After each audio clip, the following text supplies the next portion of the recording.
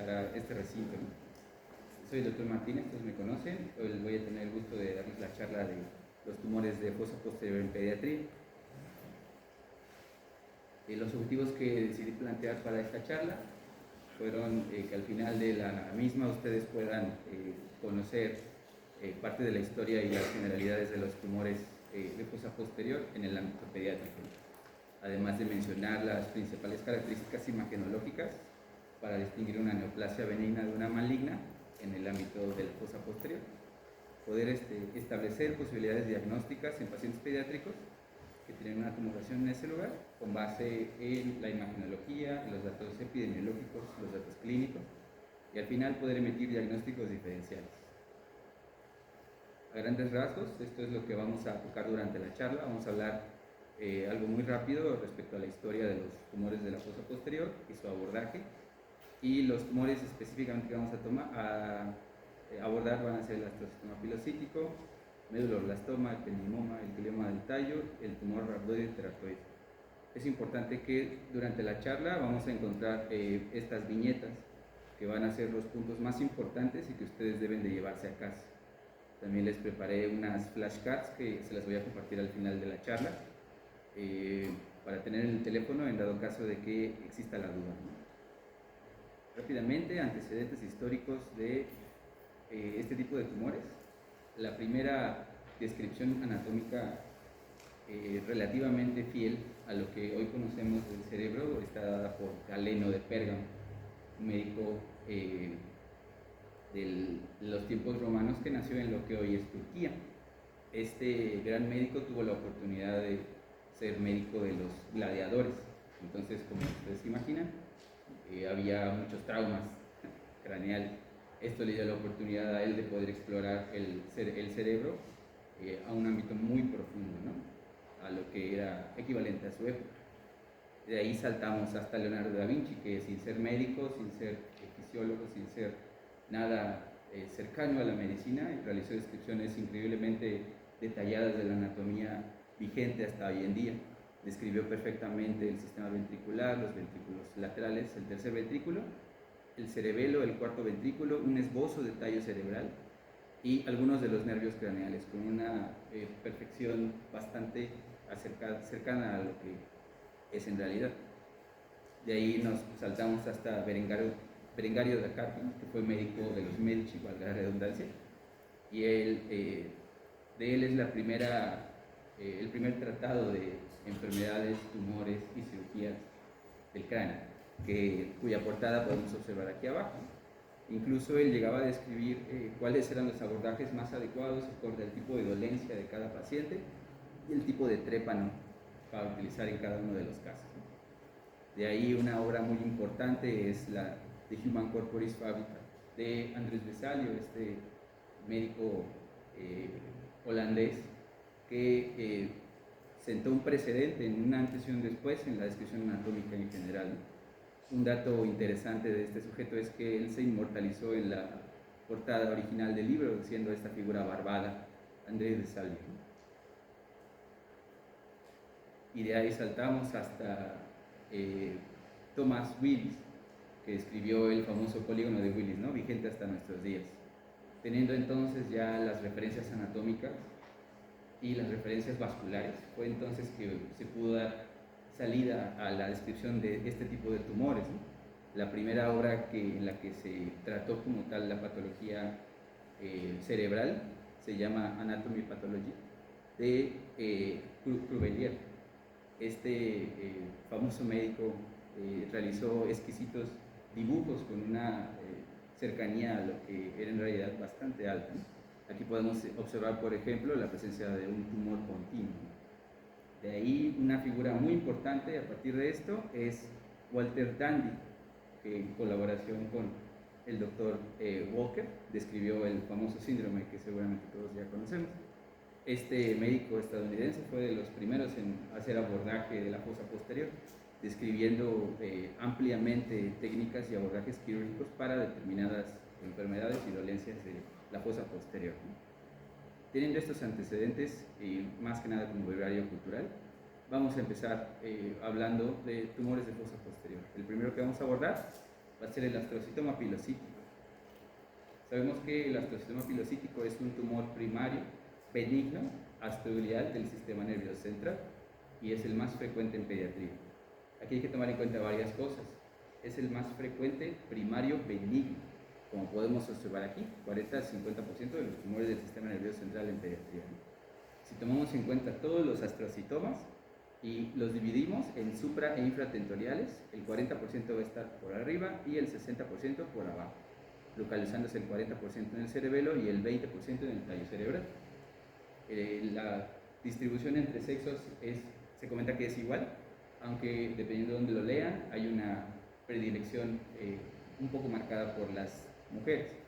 El pico de presentación es de los 5 a los 15 años y el 80% se presentan en menores de 20 años, al menos en la fosa posterior.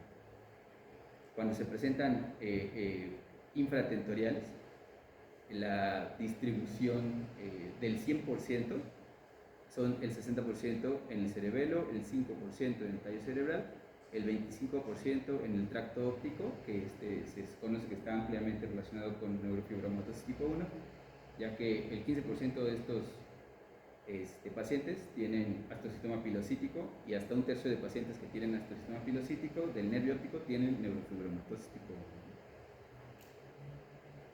Respecto a las características histológicas, se sabe que este es un tumor clásico originado de la línea media o en los hemisferios cerebelosos, y al estudiar el microscopio hay dos patrones específicos muy bien marcados.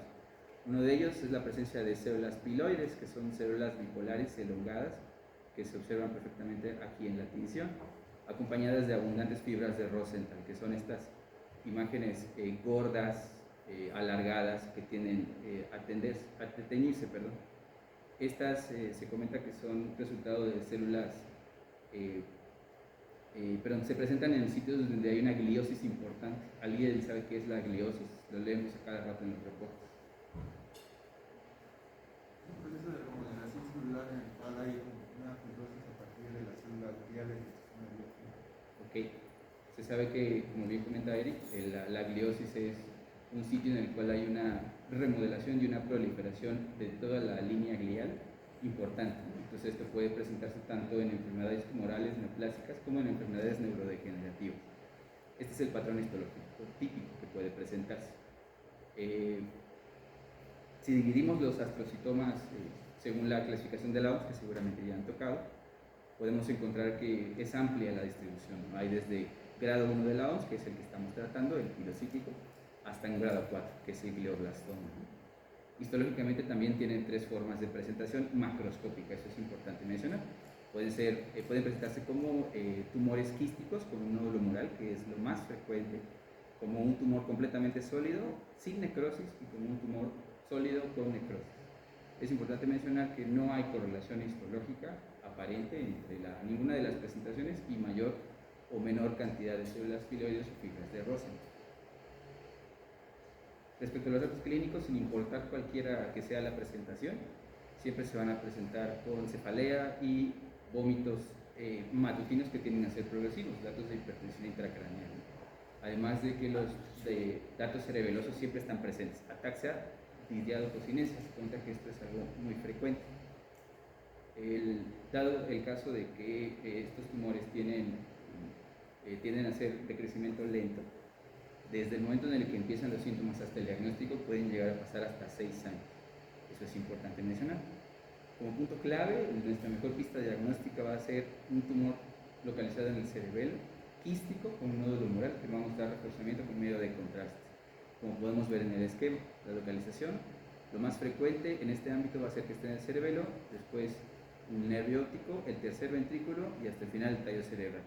Normalmente tienden a ser tumores grandes, mayores a 3 centímetros, y son usualmente redondos, tienden a desplazar el tejido adyacente.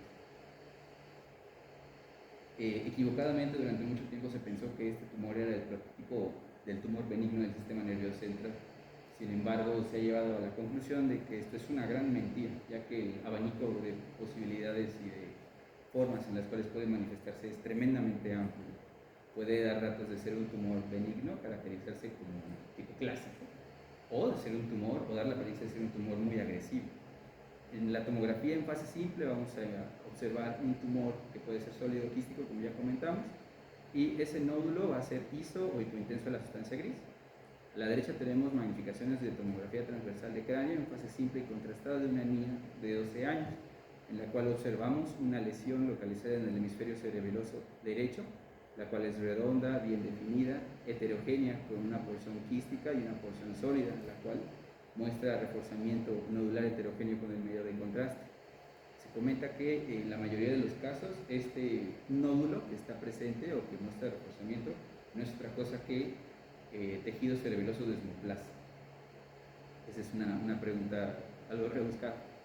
No es común encontrar calcificaciones o sangrado y como ya comentamos, pues presentan un reforzamiento importante con el medio de contraste. Aquí tenemos otro caso bastante interesante en una presentación atípica de este tumor. Podemos observar que hay una tumoración, bueno, este es el caso de un varón de 22 años, perdón, en el cual podemos observar tomografías en adquisición transversal simples y con reconstrucciones por análisis sagitales en magnificación a la derecha, donde observamos una lesión de la fosa posterior localizada en la línea media. Es de un tamaño bastante considerable, es heterogénea, predominantemente hipodensa, pero con algunas áreas hiperdensas. Y llama la atención particularmente esta imagen en media luna, que es un nivel líquido-líquido, ¿no? Siendo el contenido hiperdenso de la misma sangre. Entonces, a la aplicación de medio de contraste podemos observar que, que hay un reforzamiento nodular heterogéneo de una porción sólida del tumor y hay un edema bastante importante, ¿no? Al final de cuentas, esta lesión se trató de un astrocitoma pilosítico, pero con una presentación muy agresiva. Por resonancia magnética, que va a ser el estudio estándar de oro para poder evaluar esta lesión, la porción quística del tumor se va a comportar como un líquido cefalorraquídeo en todas las secuencias. Hipoente 1, hiperente 2 no va a mostrar saturación cuando lo veamos en FLEI. Caso contrario, en la porción sólida o el nódulo se va a ver iso hipointenso de la sustancia gris en el T1, hiperintenso en el T2 y en el FLEI, y va a mostrar incremento de la señal con gadolinium. A la derecha tenemos un caso que seguramente muchos ya conocen. Perdón. Tenemos adquisiciones transversales en T1, T2, FLEI y T1 con gadolinium, donde observamos una tumoración localizada en el hemisferio cerebeloso derecho, la cual desplaza la línea media en sentido lateral izquierdo, desplazando incluso el cuarto ventrículo. Esta lesión es heterogénea por una porción quística y una porción sólida. La porción sólida es hipointensa en T1, hiperintensa en T2, hiperintensa también en FLEI y muestra incremento de señal con el gadolinium. Y llama la atención además el hecho de que la cápsula de la porción quística muestra reforzamiento. Este es un dato que puede o no estar presente, y si se llega a observar es en fases tardías. Respecto a las secuencias funcionales, en la imagen por difusión, el nódulo va a mostrar una difusión similar a la sustancia gris. En algunos artículos que estuve revisando, no fueron pocos, el valor más o menos de referencia que pude encontrar en el ADC cuantitativo es de 1.65. Entonces es un tumor que característicamente no muestra restricción. Abajo tenemos dos imágenes en ADC y B de 1000 de un caso que vamos a ver un poquito más adelante, en donde tenemos una lesión con las características que ya hemos descrito, y la porción sólida podemos observar que se ve hipointensa en el B de 1000 y en el ADC se observa hiperintensa, ¿no? Que son datos que son compatibles con difusión facilitada. En el espectro de la imagen perfusoria por resonancia magnética, el que se toma mucho en cuenta para estos casos es el volumen sanguíneo cerebral relativo. Hay que tener en cuenta que el volumen sanguíneo cerebral total o el absoluto es complicado de medir. Al menos en la gran mayoría de los estudios que pude revisar, se comenta que no es tan factible, al menos en el ámbito de los tumores. En este caso, hay que tomar en cuenta que este es un índice, ¿no? Se calcula con base a la colocación de dos ROI. Un ROI que se coloca, por ejemplo, en la lesión que vamos a estudiar y uno colocado en tejido adyacente, presumiblemente sano. ¿De acuerdo? Entonces, este tumor tiene la característica de que, al menos en la perfusión, no es un tumor altamente vascularizado. Abajo tenemos una magnificación a la izquierda, una resonancia magnética transversal en T1 con gadolinio, en donde observamos una lesión que ya hemos descrito antes. En este caso se encuentra en el lado izquierdo y desplaza el cuarto ventrículo en sentido lateral derecho. Esta es heterogénea y muestra reforzamiento de la porción sólida con gadolinio. A la derecha podemos observar el mapa de color del volumen sanguíneo cerebral relativo, donde observamos en colores oscuros y colores fríos la lesión, la porción sólida de la lesión, y alrededor el tejido presumiblemente sano muestra colores un poco más cálidos, ¿no? Entonces tiene un volumen sanguíneo cerebral relativo menor a la sustancia, al tejido cerebeloso adyacente. La mayor utilidad que va a tener la perfusión en este sentido va a ser ayudarnos a diferenciarla contra gliomas de alto grado. Se comenta, y como seguramente ya han escuchado o leído, hay una tendencia a tener mayor índice de volumen cerebral, volumen sanguíneo cerebral relativo en una neoplasia que sea de mayor grado. Perdón. Finalmente, en la espectroscopía, igual que las características por imagen, puede llegar a dar un patrón que sea muy agresivo, ¿no? Sin serlo en realidad. Por lo general vamos a encontrar elevación de colina, que sabemos que es un marcador de recambio celular. En este caso secundario a glicerofosfocolina, que se sabe que es un precursor de la acetilcolina y que se ha encontrado ampliamente en los astrocitomas, que ahí está la explicación de por qué eleva la colina. También podemos encontrar lactato. Cuando hay disfunción mitocondrial tiende a haber respiración anaerobia y generarse lactato, no por otra cosa. También el N-acetilaspartato podemos encontrarlo bajo o normal, y la creatina baja o normal. Abajo sí, tenemos una espectroscopía con tipo de eco corto, en donde identificamos el característico pico de colina. Es el pico más alto, eso es lo habitual, y la colina está elevada respecto a la creatina, hay una inversión del índice. Tenemos también elevación del mioinositol. ¿Alguien recuerda el marcador de qué es el mioinositol? No se ve. No te escucho, perdón. Es un marcador específicamente hablando de gliomas de bajo grado, ¿no? No descarta, no es como tal benigno. Entonces, el hecho de tener, a pesar de ser un patrón no tan benigno en realidad, en este caso fue el mismo del primer tumor que les mostré. Entonces, la sensibilidad de la espectroscopía, al menos para este tipo de tumores, se limita únicamente a establecer si es una neoplasia de alto o de bajo grado. El pronóstico, es muy dependiente, ¿no? Si hablamos de un tumor quístico con nódulo humoral, que es la presentación clásica, el pronóstico es muy bueno. Se habla de una supervivencia a los 25 años de mayor del 75%. Por el contrario, si es un tumor sólido que no presenta necrosis, el pronóstico es mucho más reservado.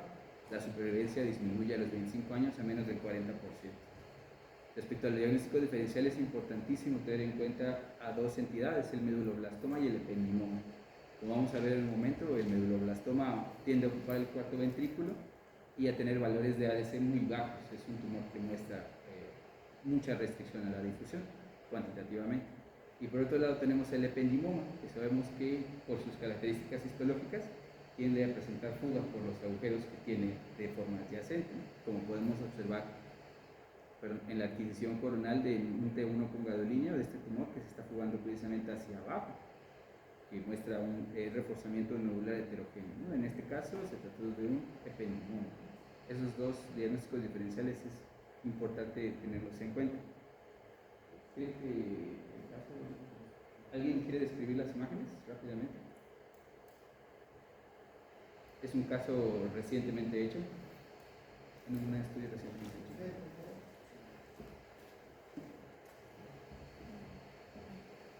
Observamos tres imágenes de resonancia magnética en la parte superior izquierda. La primera la vemos en T2, T1, y T1 con Gabriel. Sí. En la cual vemos una imagen en fosa posterior de hiperintensa, de morfología ovoidea, en la cual se ve un componente sólido y un componente quístico. ya que esta es hiperintensa, bueno, intensa a líquido en esta secuencia de T2. Y, aquí, bueno, también la parte sólida se comporta hiperintensa. En cuanto en el flare, esta misma lesión se comporta hiperintensa en la parte sólida y en la parte quística y se intensa al líquido. Y en la parte con gadolíneo tenemos un reforzamiento, bueno, un incremento de la señal importante en la parte sólida. Okay. Antes que pases a las funcionales, al menos en este particular caso, vemos una lesión de un tamaño grande, ¿no? Entonces, ¿qué dato es muy orientador para ti para saber que esta no es una lesión de alto grado? Solamente con las morfologías, fuera de su apariencia, que tú sabes que es un astrocitoma. En que no tiene edema perilesional. El edema, eso es un dato tremendamente importante.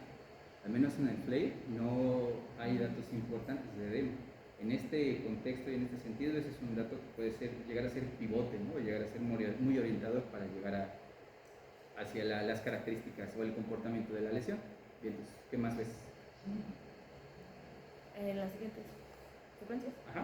Ok, bueno, en la derecha vemos una difusión en la cual vemos un mapa de ADC y un B de 1000. En la de B de 1000 vemos Esta ya la habíamos comentado, me parece, ¿no? ¿Restringe o no restringe? No restringe. No restringe. Okay, y en la parte de abajo vemos perfusión, una secuencia de perfusión en la cual en la parte sólida vemos igual colores fríos, se puede decir. Ajá. Y vemos que no tiene pues alta perfusión, digamos, en el tumor. Y aquí ahí es importante, puedes sentarte, muchas gracias. Es importante mencionar varias cosillas, ¿no? Primero es identificar dónde se colocaron los ROIs. Podemos observar que uno de los ROIs se colocó precisamente en la porción sólida de la lesión, ¿no? Y el otro ROI se colocó afuera, en el tejido presumiblemente sano. A la derecha tenemos una curva de descenso. Recordemos que el tejido cerebral tiene un comportamiento esperado cuando se le administra medida de contraste, que es una curva alta o profunda y luego una meseta. Entonces, R2, rápidamente, Rodri, ¿qué puedes decirnos de la curva? Estamos observando el color naranja, el ROI que se puso en el tejido sano y el color azul, el ROI que se puso en la parte sólida del tumor. Sí. Estamos observando que el tejido sano tiene un descenso, bueno, hay un descenso del contraste y luego un incremento con una constante. Y la parte sólida del tumor tiene un decaimiento menor, entonces quiere decir que tiene poca perfusión, tiene menor perfusión que el tejido cerebral.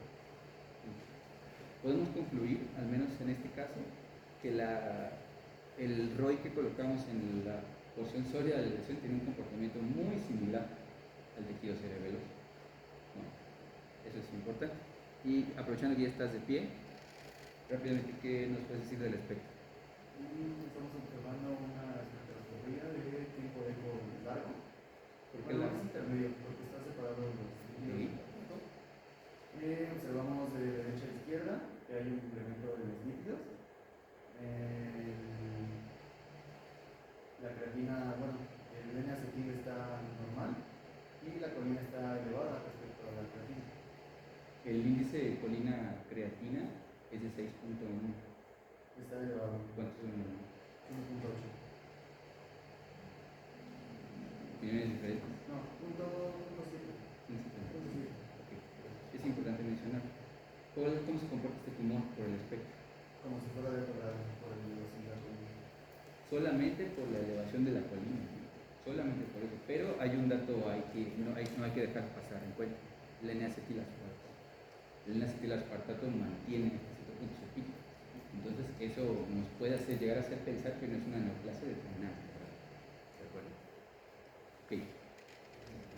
Y este es un caso que decidí nada más comentar rápidamente. Este es un astrocitoma pilocítico, pero de presentación superatentorial.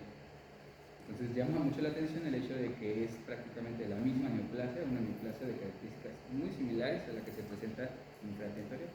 por lo que puede llegar a presentarse arriba también, ¿no? Y hay que tenerlo en cuenta. Esta es la flashcard de esta lesión, donde vienen los datos más importantes, el comportamiento en las diferentes secuencias, algo de epidemiología, el grado de la OMS, se las paso al final de la charla para que la tengan. Bien, entonces vamos a empezar con el medulloblastoma. Este es un tumor maligno primario del sistema nervioso central y es el más frecuente, al menos en pediatría. Sabemos que forma parte de los tumores de células embrionarias, ¿no? O células primitivas indiferenciadas. Este es un tumor con alto grado de malignidad, es un grado 4 de la OMS. Epidemiológicamente es el segundo tumor más frecuente, solamente después del astrosoma pilosítico, tomando en cuenta todos los tumores. Si tomamos en cuenta solo los malignos, es el más frecuente. Puede representar hasta el 25% de los tumores intracraniales en pediatría. Hasta el 35% de los casos se presentan en menores de 5 años y hay una predilección importante en varones para padecer esta neoplasia. Si tomamos en cuenta la incidencia total, tomando en cuenta adultos y niños, la incidencia es de 1.8 casos por cada millón de habitantes. Únicamente en niños menores de 7 años es de 6 casos por cada millón de habitantes. Están ampliamente descritas muchas asociaciones con este tipo de tumor, como son el Gordon-Glotz, el Micromen, el Turcot-Garner-Coggi, que es importante tenerlos en cuenta. Y esta neoplasia fue descrita originalmente por Percival Bailey y Harvey Cushing, que ya conocemos y que es famoso por el síndrome que lleva su nombre. Originalmente, como ellos, al momento de que ellos lo describieron, emergía del piso, ellos comentaban que emergía del piso de la médula, ellos lo denominaron medulloblastoma. Y el término histológico que le dieron en su momento fue espongioblastoma cerebelli. Este tumor es un tumor muy estudiado, no solo por el hecho de que es el tumor maligno más frecuente en pediatría, sino por su malignidad. Entonces, después de su descripción inicial en 1926, de ahí hasta el 1953 se dieron cuenta de que la radioterapia podía mejorar grandemente el pronóstico de estos pacientes, por lo que empezó a incluirse. De ahí se inició el Dr. Chang, describió los patrones clásicos de diseminación metastásica de este tumor. De ahí podemos pasarnos hasta 1970, en donde se descubrió que este tumor es altamente quimiosensible, por lo que la tercia cirugía, quimio y radioterapia tienden a garantizar una supervivencia relativamente alta de estos tumores. Posteriormente, ya en los años 2000, empezaron los estudios genómicos de este tipo de neoplasia, que es un punto muy importante a tomar en cuenta. Y finalmente en 2012 hay un consenso internacional, el cual establece cuatro tipos bien diferenciados de tumor, con características propias de cada uno. Hasta la última clasificación de la OMS que tuvo hasta cierto punto la certeza de emitir o de clasificar el medulloblastoma únicamente con sus características histológicas es la clasificación de 2007. Como podemos observar, en los tumores de origen embrionario únicamente consideraban el medulloblastoma, al teratoide rhabdoide atípico y al neuroectodérmico primitivo, únicamente esos tres. Sin embargo, hubo mucha investigación y en la clasificación de 2016, ahí fue la primera vez que se consideraron dentro de las formas de clasificarlo las 4 variantes cuando es definido de forma genética, que son las activadas por WNT, la activada por SHH, la grupo 3 y el grupo 4, que tienen estos nombres extremadamente largos y poco útiles, ¿no? Entonces, estas referencias que les dejo aquí son las 2 primeras que hay respecto a los grandes avances que hubo para definir el comportamiento molecular de estas neoplasias. Hablando específicamente de esto, es importante mencionar 2 aspectos clave. Una de ellas son los transcriptomas y otro los metilomas.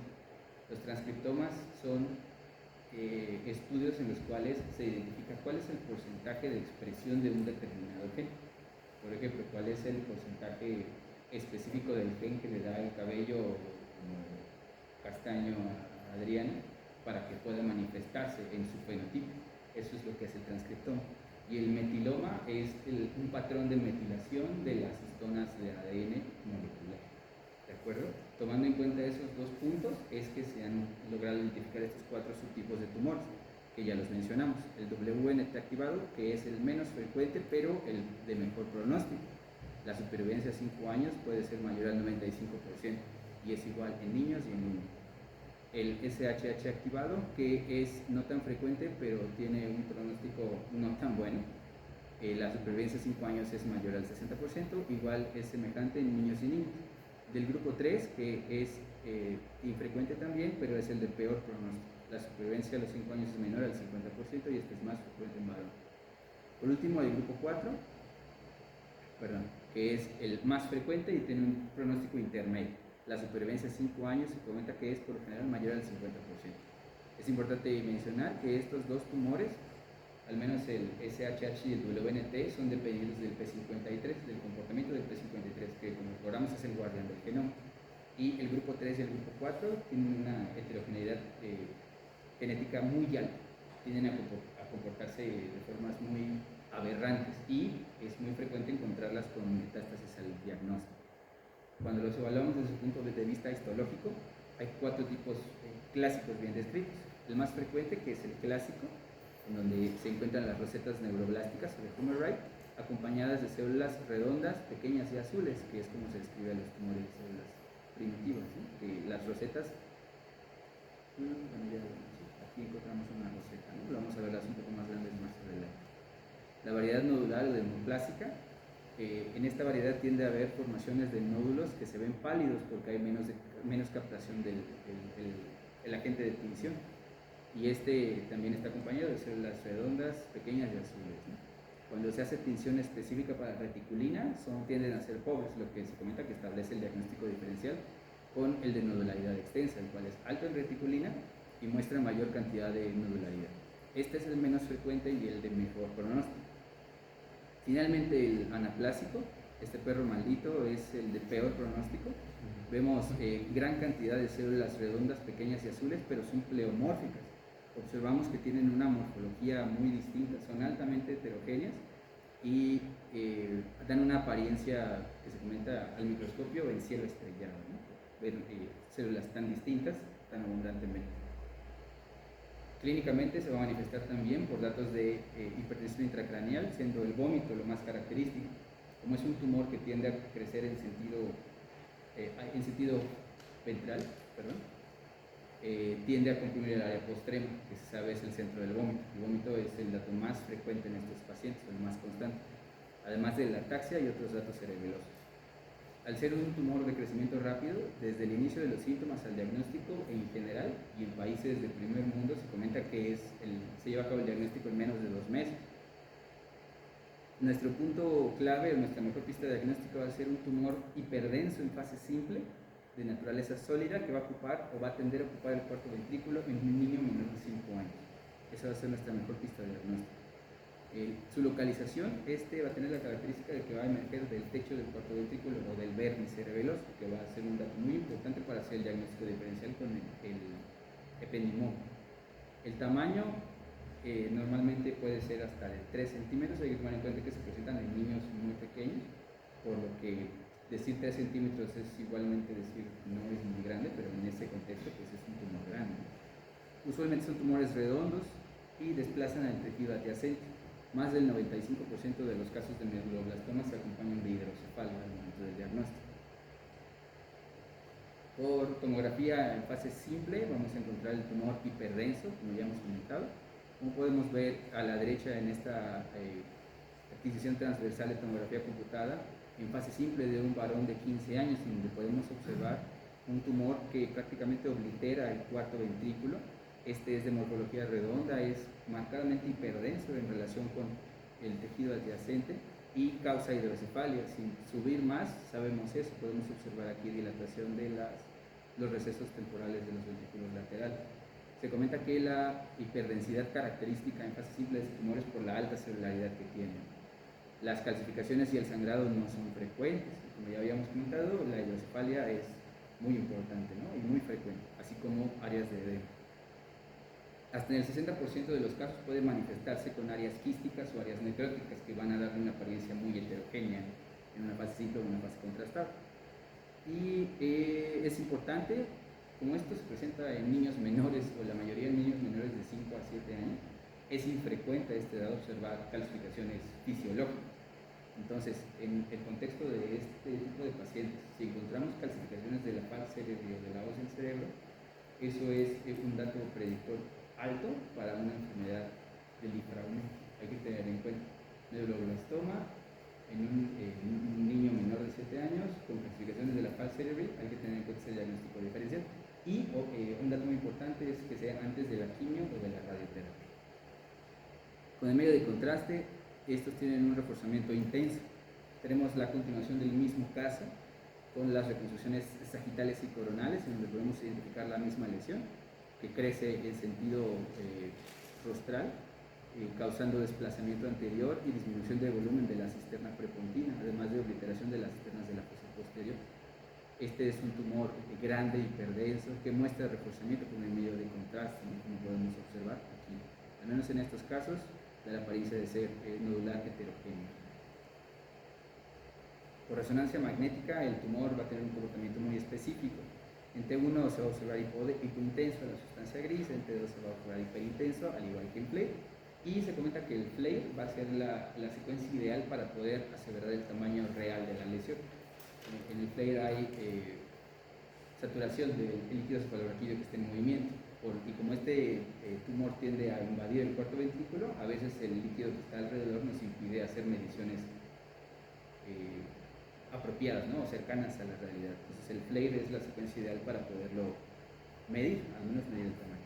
Y con el gadolinio vamos a encontrar incremento de señal intenso, ¿no? Este tumor tiende a dar metástasis meníngeas y se comenta que hay un patrón clásico que es el patrón glaseado, Zuckerguss, que es azúcar en alemán, en el cual vamos a observar múltiples imágenes continuas y regulares en todas las meninges, ¿no? Tenemos un caso para poder ver eso. Y obviamente las porciones quísticas o por necrosis del tumor se van a ver y van a tener un comportamiento intenso al líquido cefalorraquídeo. A la derecha tenemos el mismo caso que ya hemos estado viendo, en un T2, en transversal, donde observamos esa misma lesión que tiene un comportamiento hiperintenso en esta lesión, ¿no? Además de que poder observar que es marcadamente heterogéneo por algunas zonas de menor intensidad de señal. En cortes más hacia la convexidad podemos identificar la dilatación importante del sistema ventricular en este mismo caso. Aquí tenemos otras secuencias del mismo caso, el FLAIR T1 con gadolinio y algunas otras adquisiciones en otros planos, ¿no? Podemos identificar que la misma lesión se ve hiperintensa en el FLAIR, se ve hiperintensa en T1, muestra reforzamiento, pero un incremento de la intensidad de señal con medio de contraste, que podemos aseverar tanto en la transversal como en la adquisición coronal, ¿no? Entonces, estos son los datos importantes. Se menciona que muchas veces en el T2, es posible identificar una leve interfase entre la porción posterior del tumor y el origen que tiende a ser el vértice cerebeloso. Sin embargo, por lo que puede encontrar, no es frecuente observar este tipo de interfaz, por lo que para poder realizar el diagnóstico diferencial hay que valernos de otro tipo de secuencias o otro tipo de métodos. Respecto a la imagen por perfusión en resonancia magnética, hay una controversia mundial. Al ser un tumor de alto grado, se solía pensar que daba valores de volumen sanguíneo cerebral relativo alto, pero resulta ser que no es el caso, ¿no? Se ha encontrado que al menos esto no aplica para los adultos, es extremadamente infrecuente, pero se llega a presentar en adultos. Y cuando se presenta en adultos es bajo el volumen sanguíneo cerebral relativo. En niños tiende a seguir más esta tendencia, tiende a ser en una referencia que encontré que pueden checar de 1.36 a 2.87. Son valores relativamente altos. Perdón. Un segundo.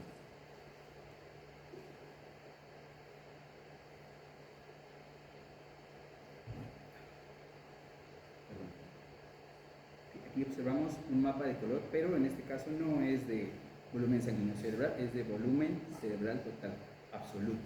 Entonces podemos observar que en lo relacionado a la derecha, que es una tumoración que ocupa el cuarto ventrículo, aquí observamos el T1, la cual es marcadamente hipointensa con algunas áreas hiperintensas en su interior.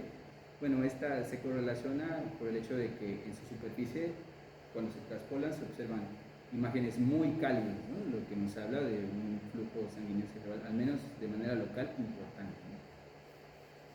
En la espectroscopía por resonancia magnética vamos a encontrar un patrón agresivo.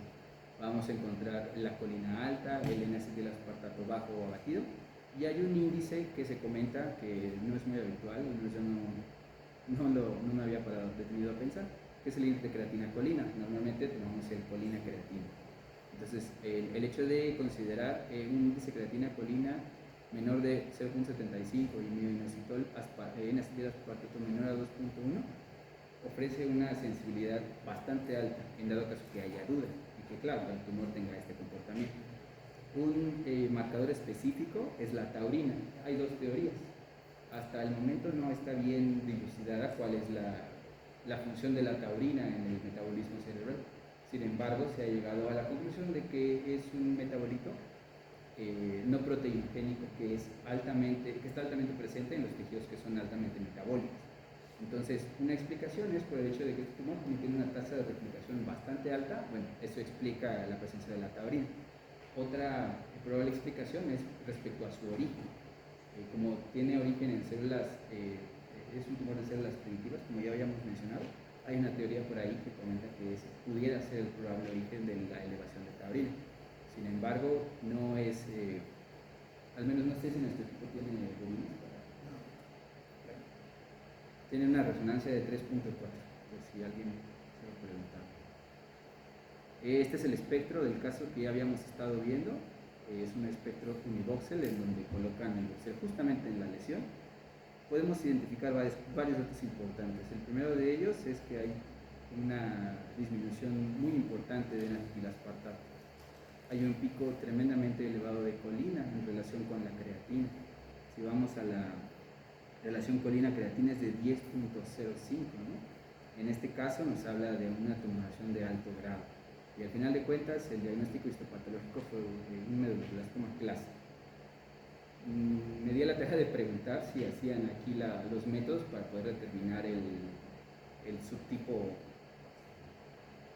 genético, pero dijeron que al menos aquí en México hay 2 o 3 laboratorios que lo hacen. No es frecuente. Y eso en realidad no es tan bueno, porque está plenamente demostrado que el hecho de saber el subtipo genético ofrece mayor cercanía con el pronóstico real del paciente. Bien, respecto a la difusión, este es un punto importante. Como ya habíamos comentado antes, es un tumor que muestra restricción a la difusión. Encontré este estudio, es reciente, del año pasado, en el cual unos egipcios dieron a la tarea de determinar cuál es la eficiencia diagnóstica del valor de ADC cuantitativo para poder diferenciar entre los 3 principales tumores que dan valores de carotida fosa posterior, que son el astrocitoma, el ependimoma y el meduloblastoma. Entonces ellos capturaron los datos de ADC cuantitativo de cada una de esas neoplasias e hicieron curvas ROC. Entonces aquí podemos ver el eje de las Y y el eje de las X. Aquí tenemos especificidad, aquí tenemos sensibilidad. Mientras más cercana esté la curva hacia la esquina superior izquierda, significa que tiene mayor sensibilidad y especificidad. Y todo lo que está por debajo es el área bajo la curva. Hablando a grandes rasgos y en nuestro contexto, un área bajo la curva mayor a 0.5 ya es algo bueno. Obviamente hay que tener en cuenta que sea significativo. Entonces, en este contexto, ellos también sacaron algo que denominaron el ratio de ADC cuantitativo, en el cual dividían el ADC que ellos obtenían de la lesión entre el ADC del tejido celular adyacente sano, obteniendo así una constante que no tenía unidades. Entonces, en el astrocitoma el punto de corte fue de 1.7, para el ependimoma 1.6 y para el meduloblastoma 1.2. Entonces, en el contexto de los egipcios, sería interesante ver si aplica a nuestro contexto. Los pacientes que resultaron con meduloblastoma y que tenían datos sugestivos por resonancia de meduloblastoma junto con un punto de corte menor a 1.2 tenían una sensibilidad del 100% y una especificidad del 90% para establecer el diagnóstico de meduloblastoma. Es una ventana de oportunidad. Una pregunta obligada. ¿Cada uno de los subtipos genéticos puede dar características típicas por imagen? La pregunta es sí. Esta asociación, sin embargo, es infrecuente. Cualquiera de los tumores puede presentarse con cualquiera de las formas distintas. Entonces, típicamente los tumores del grupo 3 y 4 tienden a ser tumores que ocupan el cuarto ventrículo. Como ya habíamos comentado, son los subtipos más frecuentes, y la presentación clásica del medulloblastoma es el tumor que ocupa el cuarto ventrículo, como podemos observar a la izquierda en el teumoconio gadolino. En el WNT activado tiende a ser un tumor que presenta una mala interfase hacia el puente y que se presenta en forma lateral. Tanto el WNT como el activado por SHH tienden a tener esta presentación. Y finalmente, una presentación mucho menos frecuente es la del medulloblastoma difuso, en el cual, al hacer cortes de todo el cerebelo o del sitio de afección, podemos encontrar prácticamente células tumorales en todo el tumor. Respecto al pronóstico, hay dos grupos bien diferenciados: el grupo de alto riesgo, el cual no presenta metástasis o tumor residual al momento de realizar la cirugía, y es un niño que tiene más de 3 años. Por lo general, el pronóstico es bueno para ello. La supervivencia a 5 años tiende a ser del 50 al 80%. No, está al revés aquí. Aquí es bajo riesgo y aquí es alto riesgo. Una disculpa. Está también el de alto riesgo, en los cuales tienen metástasis o tienen tumor residual después de la cirugía y tienen menos de 3 años. El diagnóstico es más pobre, menor al 40% en 5 años. Derivado también del conocimiento del tipo genético de este tumor, podemos clasificarlos en bajo riesgo, riesgo estándar, alto riesgo o muy alto riesgo, tomando en cuenta pues, que tienen tasas de supervivencia muy distintas. Todo esto son detalles ya demasiado orientados a esa área, ¿no? Pero por lo que pude investigar, al momento de darte el diagnóstico genético, ellos te emiten un pronóstico con base a esta escala, ¿no? Y tomando en cuenta cada uno de los puntos que incluyen. Okay. Este es un caso aquí de nuestro centro de un niño de 7 años, en el cual podemos observar una lesión localizada en la fosa posterior, la cual es de morfología redonda, prácticamente oblitera el cuarto ventrículo, es hiperintensa en T2, hipointensa en T1 y muestra un reforzamiento medular heterogéneo con la administración de medio de contraste. Algo que llama mucho la atención en este caso es la presencia de estas imágenes hiperintensas localizadas hacia las cisternas supracelares, hacia las cisternas prepontinas, la ambiens, las cuales muestran realce con el medio de contraste y son como las habíamos descrito anteriormente.